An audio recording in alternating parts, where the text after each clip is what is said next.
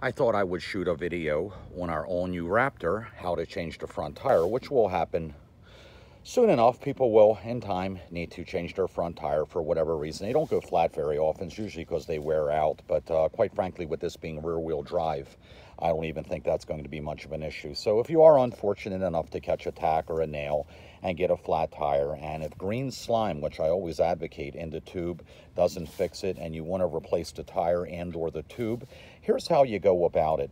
Unlike the Condor and the Raptor, this is the Excalibur. If I said Raptor, I apologize.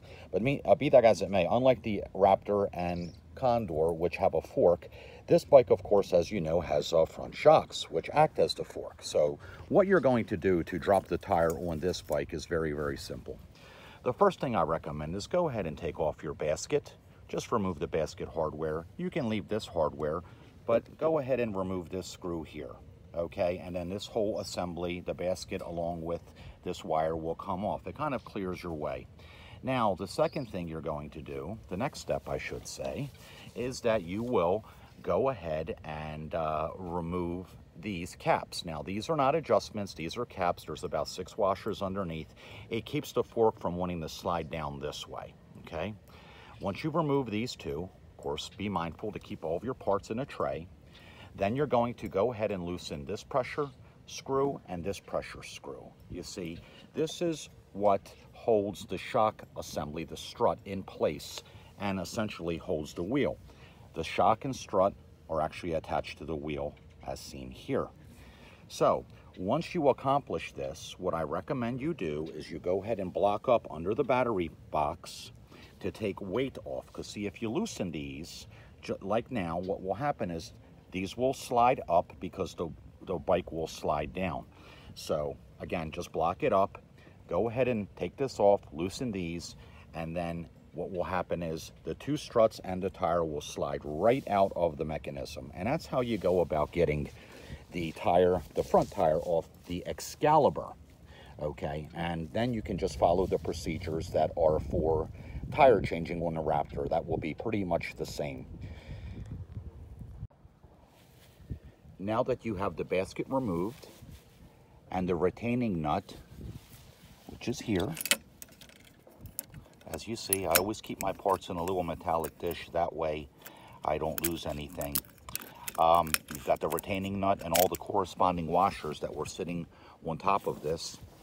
Once you loosen this, and of course the basket is off, which was, the wire would have been somewhat holding it right here. At any rate, as you see, this assembly is free to spin now. So this whole assembly and corresponding the wheel will drop straight down and straight off of this assembly here.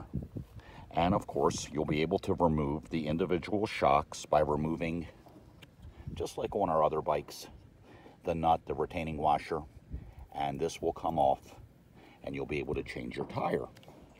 And then of course, to assemble it, do it in reverse. You'll put your shocks back on, make sure they're lined up, go ahead and tighten your nuts. You'll slide these inside of here, put your retaining screws back in, and you'll be done changing the tire on the Excalibur.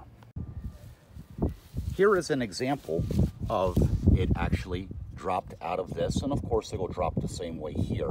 Now what I did as a hint, so you know folks, and this also is a hint that will apply for when you're putting it back together, I took the weight of the bike off of the front tire. Otherwise, as you're trying to push this down into the column,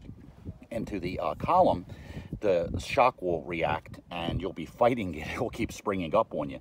So if you take the weight off of the front tire will literally drop off, which is good to know for taking it off for disassembly of or changing of the tire. But it's also good to know as you're putting it back in, you can adjust this up into here at whatever point you'd like. Once you follow the procedure for replacing the actual tube and tire, which of course is on our changing a tire video, which I did on my Raptor, that part is the same. I'm going to reassemble. Again, I do have it blocked up to take weight off of this fork.